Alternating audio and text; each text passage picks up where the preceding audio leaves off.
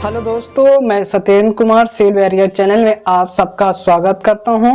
दोस्तों, आज हम इस वीडियो में हम 5th सेमेस्टर का एक most important subject soil mechanics and foundation, क्या दोस्तों, soil mechanics and foundation engineering start करेंगे। इसके पहले वीडियो में हमने soil mechanics and foundation engineering का हम सिलेबस के बारे में जान चुके हैं। और दोस्तों, soil mechanics and foundation engineering का लेसन नंबर एक स्टार्ट करेंगे। लेसन नंबर 1 का नाम है दोस्तों हमारा इंट्रोडक्शन। आज ये लेक्चर नंबर इसका पहला है, तो इसको पहले हम स्टार्ट करेंगे। तो जो हमारा इसमें क्या क्या पढ़ना है, तो इसमें हमें मृदा के बारे में पढ़ना है, फिर मृदा यांत्रिकी क्या होता है, और फिर मृदा का वर्गीकरण क्या होता है, और जियोलॉजिकल साइकिल मतलब भूवैज्ञानिक चक्र इत्यादि के बारे में पढ़ना है। तो इस लेसन में जो हमारा पहला टॉपिक है, इसमें पहला टॉपिक है हमारा सॉइल मतलब मृदा की परिभाषा और किसे कहते हैं के बारे में जानना है। तो जो हमारा पहला टॉपिक है मृदा, इसके बारे में जानते हैं कि हमारा मृदा क्या होता है। तो दोस्तों, मृदा मतलब सॉइल, इसके बारे में तो मृदा शब्द मतलब सॉइल शब्द लैटिन भाषा के किससे, लैटिन भाषा के सोलियम, किससे दोस्तों, सोलियम से मिलकर बना है। लैटिन भाषा के सोलियम से मिलकर बना है, जिसका अर्थ होता है पृथ्वी के ऊपरी परत। तो मृदा शब्द हमारा लैटिन भाषा के सोलियम शब्द से मिलकर बना है, जिसका अर्थ होता है पृथ्वी के ऊपरी परत। इसको दोस्तों अलग अलग मृदा की परिभाषा वैज्ञानिकों के अनुसार कुछ अलग है, किसानों के अनुसार अलग है, और भूवैज्ञानिक चक्रों के अनुसार अलग अलग परिभाषाएं दी गई है। तो हम इनकी परिभाषाओं के बारे में जानते हैं। तो जो हम परिभाषा किसानों के अनुसार हमारी मृदा की क्या परिभाषा होती है, तो पृथ्वी के सतह सरफेस पर जितने भागों में, किसानों के अनुसार हमारी मृदा की परिभाषा क्या है, पृथ्वी के सतह सरफेस पर जितने भागों में पेड़ पौधे उगाए जा सकते हैं उसे सॉइल कहते हैं। किसानों के अनुसार हमारी दोस्तों परिभाषा यह है कि सरफेस पर जितने भागों में पेड़ पौधे उगाए जा सकते हैं उसे सॉइल कहते हैं। मतलब जितने में उगाए जा सकते हैं वही सॉइल कहलाता है, और भाग हमारा सॉइल नहीं कहलाता है। ये हमारी परिभाषा किसानों के अनुसार है। फिर जो हमारी दूसरी परिभाषा है मृदा की, ये है इंजीनियर के अनुसार। पहले हमने किसानों के अनुसार देखा, तो किसानों के अनुसार हमारी सीधी सीधी परिभाषा यह है कि जितने भागों में पेड़ पौधे उगाए जा सकते हैं उसे ही मृदा कहते हैं। फिर इंजीनियर के अनुसार जानते हैं, मतलब हमारे अनुसार जो हम इंजीनियर हैं, इनके अनुसार परिभाषा क्या होती है। तो चट्टानों के टूटने से प्राप्त, इंजीनियर साहब कहते हैं कि जो चट्टान से टूटते हैं, चट्टानों के टूटने से प्राप्त नरम असंघनित मतलब अनकंसोलिडेटेड, ये क्या होता है, इसको अभी वीडियो में जानेंगे कि अनकंसोलिडेटेड असंघनित क्या होता है। अर्थ मटेरियल को मृदा कहते हैं। इंजीनियर के अनुसार हमारी मृदा की परिभाषा क्या होती है कि चट्टान से जब टूटते हैं तो वही हमारी मृदा बनती है। मतलब चट्टानों के टूटने से प्राप्त नरम असंघनित अर्थ मटेरियल को हम मृदा कहते हैं। ये इंजीनियर के अनुसार हमारी परिभाषा है। सॉइल बराबर हो जाएगा, मतलब सॉइल जो हमारी बनती है रॉक्स मतलब चट्टान प्लस ऑर्गेनिक मैटर मिला दिया जाए तो हमें सॉइल प्राप्त हो जाएगी। ये हमारा इंजीनियर के अनुसार है दोस्तों। तो इंजीनियर के अनुसार हमारी परिभाषा क्या होगी? चट्टानों के टूटने से प्राप्त असंघनित अर्थ मटेरियल को मृदा मतलब सॉइल कहते हैं। सॉइल किससे मिलकर बना होता है? Soil rocks plus organic matter यदि हो तो हमारा सॉइल बन जाता है। ये हमारी परिभाषा इंजीनियर के अनुसार हुई। फिर दोस्तों भूवैज्ञानिक के अनुसार क्या होती है परिभाषा? तो जियोलॉजिस्ट के अनुसार पेड़ पौधे की जड़ें पृथ्वी के सतह के नीचे, पृथ्वी के सतह के नीचे, किसानों में क्या होता है? किसानों में होता है जितने भागों में पेड़ पौधे उगाए जा सकते हैं उसे हम सॉइल कहते हैं। मगर भूवैज्ञानिक के अनुसार क्या होता है? पेड़ पौधे की जड़ें पृथ्वी के सतह के नीचे जितनी गहराई तक उपस्थित हो सके उसे सॉइल कहते हैं। मतलब इसमें सतह हो और उसकी जितनी गहराई तक हमारी पेड़ पौधे की जाती है उसे सॉइल कहते हैं, उसे सॉइल कहते हैं। ये दोस्तों परिभाषा हमारी भूवैज्ञानिक के अनुसार हुई। तो दोस्तों उम्मीद करते हैं आपको मृदा क्या होता है इसके बारे में समझ में आ गया। एक बार फिर से रिवीजन कर देते हैं कि मृदा क्या होता है। दोस्तों हमारा मृदा जो होता है लैटिन भाषा के सोलियम शब्द से मिलकर बना है, जिसका अर्थ होता है पृथ्वी की ऊपरी परत की, क्या? पृथ्वी की ऊपरी परत, वही हमारी मृदा होती है। फिर इसकी परिभाषा अलग अलग दी गई है। किसानों के अनुसार अलग परिभाषा है, इंजीनियर के अनुसार अलग है और जियोलॉजिस्ट के अनुसार अलग है। और जो हमें लिखना है परीक्षा में वो लिखना हमें इंजीनियर के अनुसार क्या परिभाषा हो गई। तो इंजीनियर के अनुसार परिभाषा देख लेते हैं। तो चट्टानों के टूटने से प्राप्त, किससे? चट्टानों के टूटने से प्राप्त नरम असंघनित अर्थ मटेरियल को हम चट्टान कहते हैं। आपको सॉइल बराबर रॉक्स प्लस ऑर्गेनिक मैटर लिखना है। अब हम दूसरा टॉपिक जानेंगे, मृदा यांत्रिकी मतलब सॉइल मैकेनिक्स क्या होता है इसके बारे में जानेंगे। हमने सॉइल क्या होता है इसके बारे में जान लिया। अब हम दूसरा टॉपिक जानेंगे, सॉइल मैकेनिक मतलब मृदा यांत्रिकी क्या होता है। तो विज्ञान की वह शाखा जिसके अंतर्गत मृदा तथा मृदा के गुणों का अध्ययन किया जाता है, मृदा यांत्रिकी सॉइल मैकेनिक्स कहते हैं। सॉइल मैकेनिक्स मतलब सीधा सीधा समझिए, मृदा तथा मृदा के गुणों का अध्ययन किया जाता है, वही हमारा सॉइल मैकेनिक्स है। ये हमारी सिंपल सी परिभाषा है। मगर जो हमारे सॉइल मैकेनिक्स मतलब मृदा यांत्रिकी के जन्मदाता या फिर पिता जो है हमारे मृदा यांत्रिकी के जन्मदाता प्रसिद्ध इंजीनियर डॉक्टर कार्ल वॉन टरगाजी जी हैं। जो हम दोस्तों पढ़ रहे हैं सॉइल मैकेनिक्स, इसके जो पिता हैं डॉक्टर कार्ल वॉन टरगाजी जी हैं। इनके अनुसार सॉइल मैकेनिक्स की अलग परिभाषा दी गई है।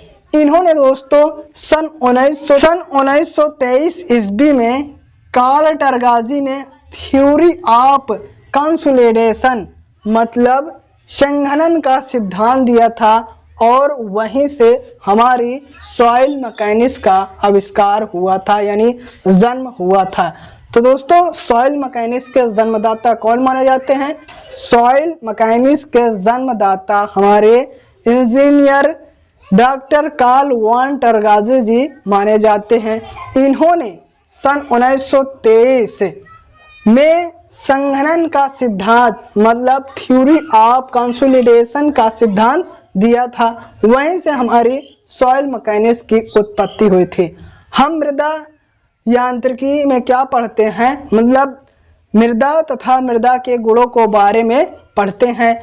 इनके अनुसार मृदा यांत्रिकी मतलब सॉइल मैकेनिक्स की परिभाषा क्या होती है देखते हैं।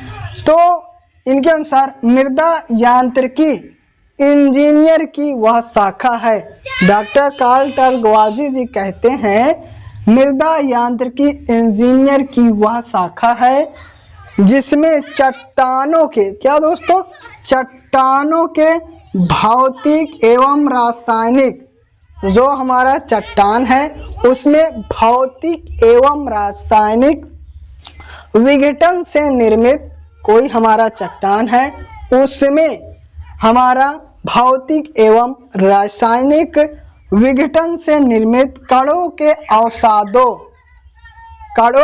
अवसादों सेडिमेंट्स और असंघनित जमाव, कणों के अवसादों और असंघनित जमाव अनकंसोलेटेड डिपॉजिट, जिसमें कार्बनिक पदार्थ भी हो सकते हैं, क्या दोस्तों, जिसमें कार्बनिक पदार्थ भी हो सकते हैं, से जुड़ी इंजीनियरिंग समस्याओं के समाधान के लिए अभियांत्रिकी मतलब मैकेनिक्स एवं द्रव विज्ञान मतलब हाइड्रोलिक्स के सिद्धांतों का उपयोग किया जाता है, हमारा सॉइल मैकेनिक्स कहते हैं।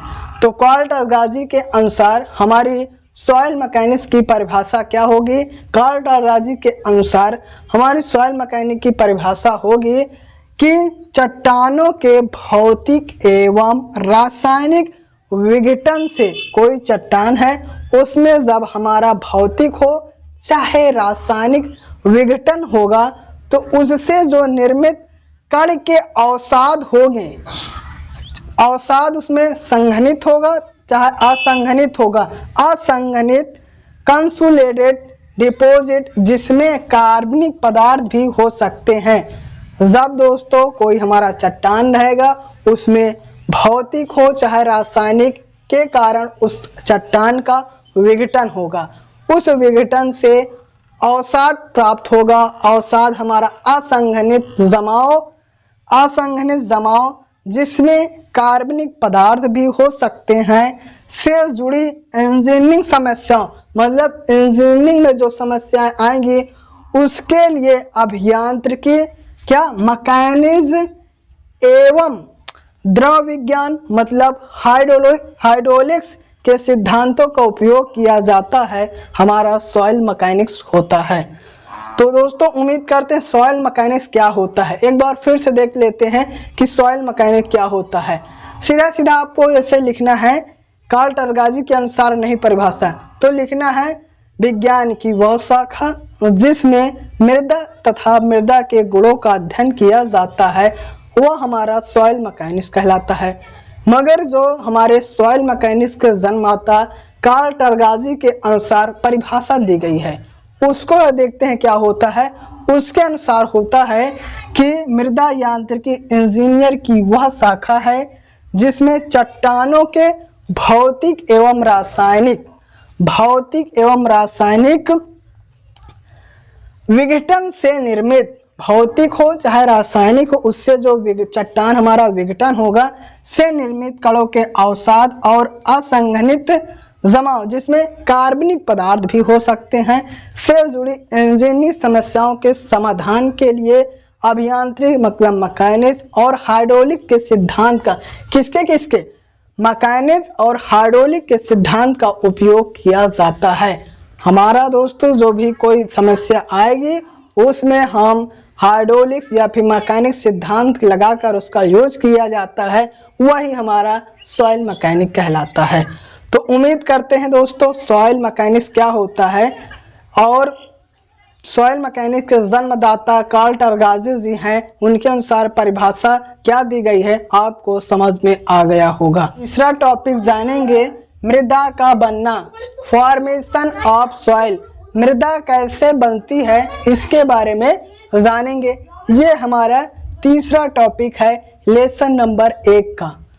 तो दोस्तों हम जानते हैं जिस ग्रह यानी पृथ्वी पर रहते हैं वो पहले सूर्य का ही भाग था, कुछ कारणों से वो सूर्य से अलग हो गया है। आज भी हमारी पृथ्वी के केंद्र भाग में तरल पदार्थ पाया जाता है जो बहुत गर्म होता है। इस तरल पदार्थ को हम दोस्तों मैग्मा कहते हैं। क्या कहते हैं? मैग्मा कहते हैं। आज भी पृथ्वी के अंदर गर्म तरल पदार्थ पाया जाता है, जिसे मैग्मा कहते हैं। कुछ आंतरिक हलचल प्राकृतिक हो चाहे कृत्रिम आंतरिक हलचल के कारण, जैसे हमारा क्या होता है, भूकंप होता है, ज्वालामुखी होता है आदि के कारण, या फिर कुछ और कारणों से ये मैग्मा मतलब जो पृथ्वी के केंद्र में तरल पदार्थ पाया जाता है, यह मैग्मा पृथ्वी के ऊपरी सतह पर आ जाता है। किसके कारण आ जाता है? जब ज्वालामुखी आता है या फिर भूकंप आता है, पृथ्वी के अंदर आंतरिक हलचल होता है, तो ये जो मैग्मा होता है ये पृथ्वी के ऊपरी सतह आ जाता है और समय का फिर परिवर्तन होता है और हमारा दोस्तों यह मैग्मा ठंडा होकर चट्टान का रूप धारण कर लेता है। कैसे होता है? जब ठंडा हो जाता है मैग्मा तो यही हमारा चट्टान का रूप धारण हो जाता है। जब हमारा चट्टान हो गया तो चट्टान में भौतिक एवं रासायनिक अपक्षय होगा या फिर विघटन होगा या फिर इरोजन होगा। यही चट्टान छोटे छोटे टुकड़ों में टूट जाएगा, वही हमारी मृदा होती है। तो देखते हैं चट्टानों का भौतिक एवं रासायनिक। चट्टान कैसा बनता है? हमने आपको बताया कि जब मैग्मा ठंडा हो जाता है तो वही हमारा चट्टान बनता है। चट्टानों का भौतिक एवं रासायनिक, भौतिक हो चाहे रासायनिक कारणों से लगातार विघटन होता रहता है। जो ये हमारा मैग्मा था, मैग्मा ठंडा होकर चट्टान का रूप लिया, अब यही चट्टान हमारा भौतिक एवं रासायनिक कारणों से लगातार विघटन मतलब टूटता रहता है, जिससे मृदा का निर्माण होता है। तो मृदा का निर्माण कैसे होता है? मृदा का निर्माण दोस्तों हमारा रॉक चट्टान के टूटने से होता है। किसके? भौतिक एवं रासायनिक कारणों के।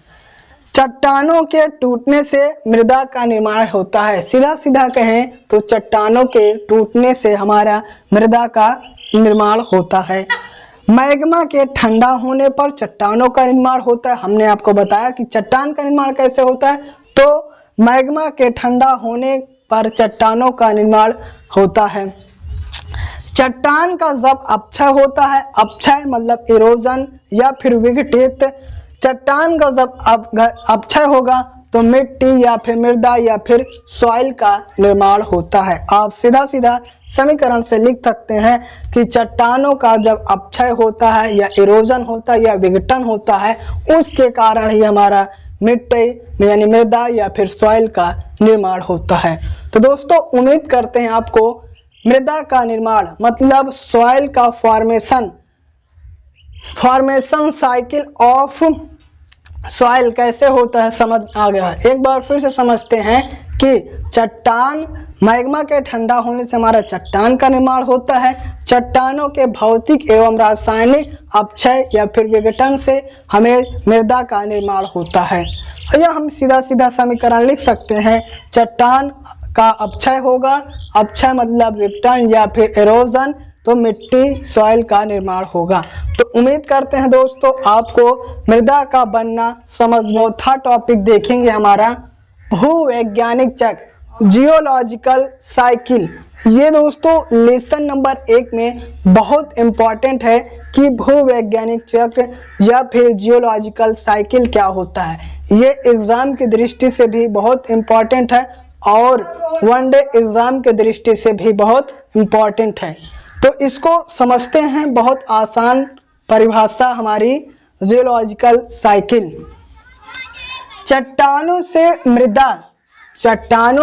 मृदा एवं मृदा से पुनः चट्टान का बनना भूवैज्ञानिक चक्र जियोलॉजिकल साइकिल कहलाता है। एकदम सीधा सीधा सा है कि जियोलॉजिकल साइकिल क्या कहता है।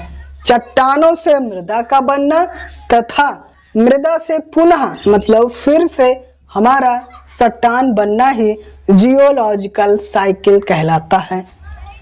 चट्टान है, ये रॉक्स है, इसको हम मिट्टी भी बना सकते हैं और मिट्टी से हम इसको चट्टान बना सकते हैं। यही हमारा जियोलॉजिकल साइकिल है। ये हमने एक समीकरण के रूप में लिख दिया है। फिर ये जो हमारा प्रोसेस होगा कि चट्टान से मिट्टी का बनना और मिट्टी से फिर हमारा चट्टान का बनना कितने प्रोसेस में होगा? ये हमारा 3 प्रोसेस में होगा। मतलब हमारा चट्टान से मृदा का बनना और मृदा से पुनः चट्टान का बनना, इतने प्रोसेस होने में हमें ये 3 स्टेप करने पड़ते हैं। कौन कौन से हैं? सबसे पहले हमारा होगा चट्टान का विघटन होगा। चट्टान का विघटन होगा मतलब इरोजन होगा, तब हमारी मिट्टी का निर्माण होगा। फिर है विघटित कणों का परिवहन होगा। जो हमारा कण हुआ है उसका परिवहन होगा, मतलब एक स्थान से दूसरे स्थान जाएंगे। ये प्रोसेस नंबर 2 है। फिर क्या होगा? अब उत्थान अर्थात उथल पुथल होगा, अपवेल होगा और फिर हमारा पुनः चट्टान का रूप ले लेगा। तो जियोलॉजिकल साइकिल क्या होता है? मतलब चट्टान से मृदा का बनना तथा मृदा से पुनः चट्टान का मिलना या बनना हमारा जियोलॉजिकल साइकिल कहलाता है। जियोलॉजिकल साइकिल करने के लिए हमें 3 क्रियाएं होती है। पहला होता है चट्टानों का विघटन, इरोजन होगा, फिर उसका परिवहन होगा, फिर उसका उत्थान अर्थात उथल पुथल होगा।